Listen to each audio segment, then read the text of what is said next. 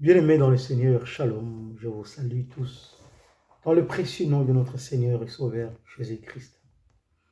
Il nous a fait encore grâce de nous revoir, de parler encore de vive voix. C'est une joie et un privilège. Bien-aimés, j'ai un message à partager ensemble avec le corps de Christ, le peuple du Seigneur. Sujet de la prière. Moment de la prière est un moment où l'homme se rend à l'intimité avec Dieu. Est un rendez-vous d'un adorateur avec son adoré. Mais hélas, la société l'a rendu comme étant un moment ordinaire. Le temps de la prière, mes frères et sœurs, n'est pas comparable au temps que nous passons pour lire nos messages qui viennent de nos correspondants. Le temps de la prière, bien-aimés dans le Seigneur, est un temps précieux. Ne les gâchez pas. Ne négligez pas la prière. Jésus-Christ est Dieu qu'il était. La Bible nous recommande, la Bible dit, il priait. L'apôtre Paul plus tard, il dit dans le livre de 1 Thessaloniciens 5, 17, il dit priez sans cesse. Jésus, avant que les gens viennent l'arrêter, il a dit à ses disciples, priez afin que vous ne tombiez pas dans la tentation. Lorsque l'homme ne prie pas, nous sommes fragiles, disposés à tomber à tout moment. Mais rien que la grâce de Dieu qui nous garde, qui nous soutienne. C'est pourquoi cette flamme qui te permet de résister, c'est la prière. Il dit résister au diable. Il dit soumettez-vous au Seigneur, résistez au diable, il fouillera loin de vous. On résiste en quoi? Par la prière.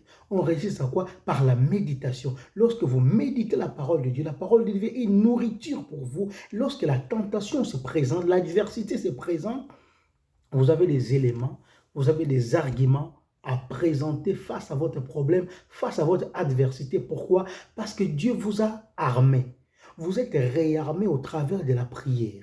Nous sommes ressourcés devant la présence de Dieu. Mais le temps de la prière, mes frères et sœurs, est un temps précieux que l'homme ne doit pas négliger, que l'on ne doit pas comparer aux autres moments comme bon nous semble. Non, mes frères et sœurs, le moment de la prière est tellement précieux que nous devons tous la respecter. Pourquoi? Parce que Dieu nous aime, parce que Dieu nous a choisis. Il ne nous a pas choisis en vain.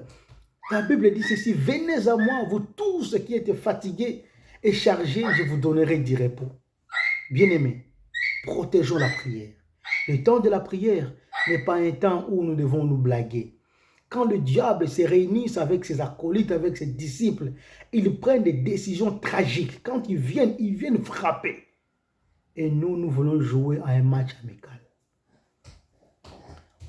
Le diable ne joue pas à un match amical avec toi. Quand il vient, il frappe. Si tu considères comme étant un combat spirituel et un combat comme étant un match amical, tu te trompes. Lui, le diable, il veut marquer des buts. Ce but, c'est quoi qu'il veut marquer? Te faire douter de la parole de Dieu. S'aimer les doutes, les troubles dans ton cœur, la confusion de la parole, la confusion dans les Écritures. C'est pourquoi la Bible dit l'Écriture sainte ne doit pas être une interprétation particulière. C'est pourquoi d'où nous avons besoin de l'aide de l'Esprit Saint, du Saint-Esprit, lui qui a inspiré la parole, qui puisse nous donner la révélation de ces Écritures. Dieu nous veut du bien. Il vient exhorter, il vient nous exhorter, il vient dire à quelqu'un, à une personne, toi qui avais négligé le temps de la prière, toi qui voyais un temps de la prière comme étant un temps ordinaire, ça fait partie de la riche du diable. Les diables veulent nous empêcher les privilèges d'être dans la présence de Dieu, d'adorer notre Seigneur, de célébrer, de louer, de magnifier notre Dieu au travers de la prière. Ce n'est pas un temps ordinaire comme la société nous le présente. C'est un temps précieux, un moment précieux. Jésus prenait à cœur le temps de la prière. Au point où il laissait ses disciples, il allait seul lui-même, cœur à cœur avec le Père. Frères et sœurs, Dieu nous veut que du bien.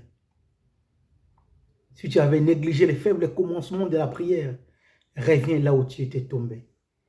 Dieu est capable de te donner encore la force, le courage, le goût d'aimer la prière. La prière, elle est importante. La prière est une arme des faibles. Oui. Pourquoi est-ce que la Bible dit que lorsque vous priez, il faut lever les mains et tout ça là? Lorsque quelqu'un est à la guerre, lorsqu'il lève ses mains, ça veut dire quoi? Il dit j'abandonne, je ne peux rien, je ne peux plus. C'est pourquoi lorsque nous prions, lorsque nous élevons nos mains, nous disons à Dieu, seuls nous ne pouvons rien faire. Nous nous abandonnons uniquement à toi. Nous nous abandonnons catégoriquement à toi. Nous nous abandonnons totalement à toi. Nous voulons nous soumettre. Seigneur, aide-nous.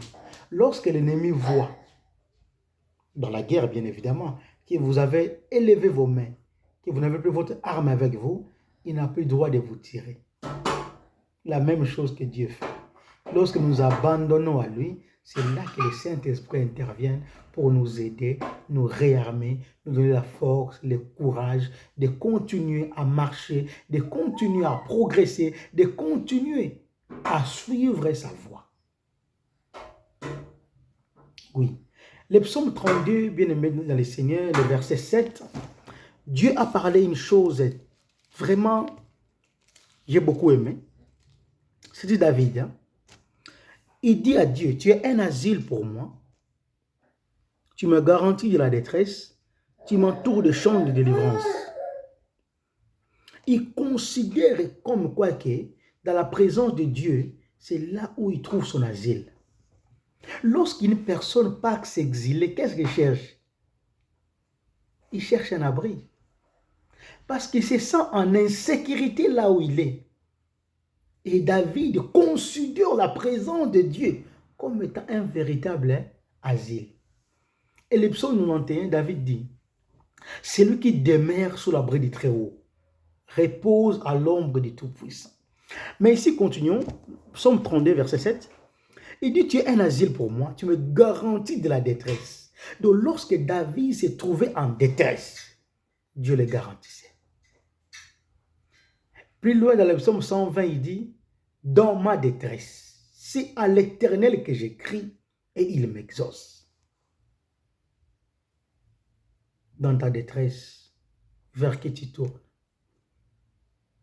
Des psys? Des assistants sociaux? Des avocats? David comprenait la nécessité de la présence de Dieu.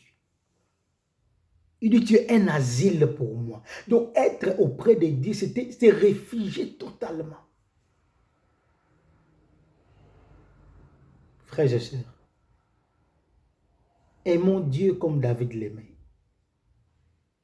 David a compris que le véritable refuge, ce n'est pas dans mon palais royal, ce n'est pas dans ma maison, mais le véritable refuge se trouve entre les mains de Dieu. C'est pourquoi il n'avait pas honte de dire, tu es un asile pour moi.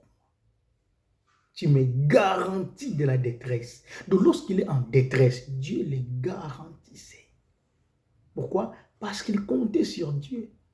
Il ne comptait pas sur ses efforts. Il ne comptait pas sur ses vaillants soldats. Il ne comptait pas sur eux, mais il comptait sur l'Éternel. La preuve, lorsque son fils Absalom l'a frappé, son fils Absalom l'a poursuivi, il était avec ses vaillants. Qu'est-ce que Dieu a fait? Dieu l'a secouru. Parce qu'il est le secours qui ne manque jamais au temps de la détresse. Aimons Dieu. Approchons de lui. Aimons sa présence. Aimons la prière. Ne négligeons pas la prière. Le temps de la prière, mes frères et sœurs, n'est pas égal à un temps que nous passons au téléphone avec nos amis, nos frères, nos sœurs, nos connaissances. C'est un temps précieux. Respectons-le. Que Dieu vous bénisse. Amen.